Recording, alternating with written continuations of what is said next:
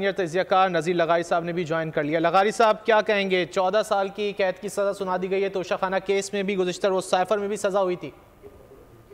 جی کسی بھی صورت میں کسی بھی سزا پر کوئی خوشی تو نہیں منائی جا سکتی نا۔ ہم یہ نہیں کہہ سکتے ہیں کہ جناب یہ سزا ہوئی ہے اور ہم اس پر خوش ہیں، اور افسوسناک بات ہے ہمیں سمجھ میں نہیں آ رہا ہے یہ ساری صورتحال جو پیدا ہوئی ہے وہ ایک کنفرنٹریشن کی طرف جانے کا کیسے سوچ لیا تھا۔ آپ کو سسٹم نے ہی زیادہ، ہمیں شکایت سسٹم سے یہ تھی کہ آپ کو بےجا طور پر، غلط طور پر، غیر سیاسی انداز میں آپ کو لایا گیا تھا، اور پھر لانے کے بعد آپ نے سب کچھ آنکھیں بند کر کے کیا۔ توشہ خانہ میں جو کچھ ہوا ہے، جو کچھ آپ گھڑیاں بیچتے پھر رہے تھے، یا جو کچھ آپ چیزیں بیچتے پھر رہے تھے، کہ آپ کو یہ نہیں تھا کہ یہ ملک ہے، اس ملک یہ بنانا، اسٹیٹ بنانے کی کوششیں کی گئی ہیں، لیکن بنا اسٹیٹ تو نہیں ہے نا۔ آپ ایسے کیسے کر سکتے ہیں کہ ساری چیزیں جو ہیں آپ لے لیں کہ جی اس نے بھی چوری کی تھی، فلاں نے بھی کر لی، سب نے کی، سب پکڑے بھی جائیں، سب کچھ ہو جائے، لیکن کسی کی بھی چوری کے جواز سے آپ کی چوری کیسے جائز ہو گئی؟ یہ کیسے جائز ہو گیا؟ اگر میں نے کوئی چیز چوری کی ہے تو اس کے کیا مطلب ہے کہ کسی ساتھ والے کی بھی چیز چوری ہو گئی، میں بھی پکڑا جاؤں گا ایک نہ ایک دن، وہ بھی پکڑا جائے گا ایک نہ ایک۔ یہ کیسے ہوا ہے کہ جناب انہوں نے ساری چیزوں کو ایسے ٹیک ایز گرانٹیڈ لیا کہ میں سسٹم کا لاڈلا ہوں، سسٹم کی آنکھوں کا تارا ہوں، میں جو چاہوں کرتا پھروں، مجھے کوئی نہیں روکے گا، مجھے کوئی بات ہی نہیں کرے گا، اور میں سسٹم پر ٹٹ دوڑوں گا، اور میں کہوں گا کہ جناب سب کچھ میرے ماتحت کر دیا جائے، سب کچھ میرے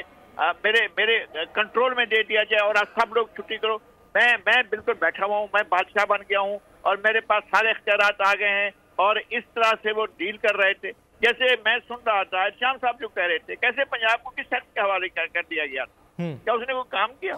مجھے معلوم ہے جناب ان کی دکانیں کھلی ہوئی تھیں، ہمارے عثمان بزدار صاحب کی۔ ڈیرہ غازی خان میں کون سی دکان تھی، توسا میں کون سی دکان تھی، لیا میں کون سی دکان تھی، کوٹٹو میں کون سی دکان تھی، علی پور میں کون سی دکان تھی، مظفر گڑھ میں کون سی دکان تھی، دکانیں کھلی ہوئی تھی، لوگ کام کرواتے تھے، پیسے دیتے تھے۔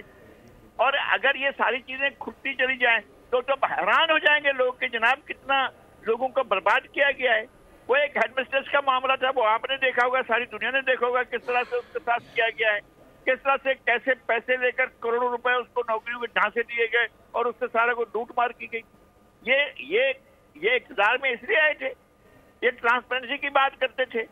یہ جو ہے وہ بات کرتے تھے کہ جناب ہم کرپشن کو زیرو ٹالرنس ہوگی، اور کرپشن پھیلائے چلے گئے تھے، گھر سے کرپشن ہو رہی تھی۔ ہم نے وہ ساری آڈیوز بھی سن رکھی ہیں، ویڈیوز بھی سن رکھی ہیں، یہ سارا کچھ آپ وہ ملٹری سیکٹری کو ڈانٹ رہی ہیں، اس بندے کو ڈانٹ رہے ہیں کہ ملٹری سیکٹری نے کیسے منگوا لی وہ ساری چیزیں جو توشہ خانہ میں آئیں گی، ان کی تصویریں کیوں بنائی گئیں؟ بھئی یہ قومی امانت ہوتی ہے، آپ کے پاس آتی ہے، وہ قومی امانت کے طور پر رہتی ہے۔ آپ ایسا تو نہیں ہے کہ آپ کو ذاتی ملکیت کے طور پر، آپ اس لیے بن گئے کہ جناب آپ کا نام جو ہے وہ میاں والی کے جناب اکرام اللہ خان نیازی کے صاحبزادے کے طور پر ہے، اس لیے ہم آپ کو دے رہے ہیں۔ بھئی آپ وزیر اعظم پاکستان بن گئے تھے، اس لیے آپ کو کچھ تحفہ ملا ہے، تو آپ اس کو بیچتے پھریں گے اور اس کی ساری رسوائی کرتے پھریں گے،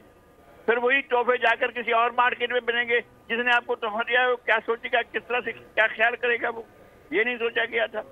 میں پھر کہتا ہوں کہ مجھے اس بات کی کوئی خوشی نہیں ہے کہ انہیں سزا ہوئی ہے، لیکن مجھے افسوس ہے کہ انہوں نے سسٹم کو سمجھا ہی نہیں، سسٹم کو اپنے ماتحت بنا لیا اور لوگوں کو جذباتی کر لیا۔ لوگ جو ہے دیوانے ہو گئے، جناب ہمارا تو کیا بات ہے بھائی، کیا جری ہے، کیا بہادر ہے۔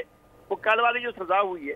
یہ کوئی طریقہ کار تھا کہ آپ ڈاکومنٹ اٹھا کر جو ہے مجمع عام میں پھرتے پھریں کہ جناب یہ ڈاکومنٹ آیا ہے، اور آپ کو سسٹم بھی اتنا سپورٹ تو کر رہا تھا۔ ہمیں اس بات کا بھی افسوس ہے، سسٹم اتنا سپورٹ تو کر رہا تھا کہ جناب یہ نہیں مداخلت ہوئی ہے۔ کیوں مداخلت ہوئی ہے؟ آپ کو کیا انہوں نے کہا کہ جناب آپ جائیں اور اس کو اٹھا کر پھینک دیں یا مارشل لا لگا دیں؟ بالکل نہیں کہا گیا تھا۔ اور تحریک عدم اعتماد ایک آئینی ضرورت تھی، ایک آئینی تقاضا تھا، ایک آئینی انداز میں، پورے آئینی انداز میں پیش کی گئی، تمام آئینی تقاضے پورے کر کے تحریک عدم اعتماد تو بہت پہلے اعلان کیا گیا، دستخط لیے جا رہے ہیں۔ آپ کہہ رہے ہیں کہ جناب مجھے تو اب خوشی ہوئی ہے، اب دیکھنا میں کون سا پٹا کھیلوں گا۔ آپ نے جو پٹے کھیلے وہ تو وہی تھے جس میں آئین کا ایبروگیشن ہوا، آئین کا سبورجن ہوا، آئین کو توڑا گیا، اور جو کچھ بھی اس کے ذمہ دار ہیں، اور اس کو بھگتیں گے وہ لوگ جنہوں نے اس دن آئین توڑا تھا۔ ویری دیٹ ڈے، اسی روز، اسی لمحے، یہ میں ریکارڈ پر ہوں، میں نے کہا تھا کہ جناب آج آئین کو توڑ دیا گیا ہے۔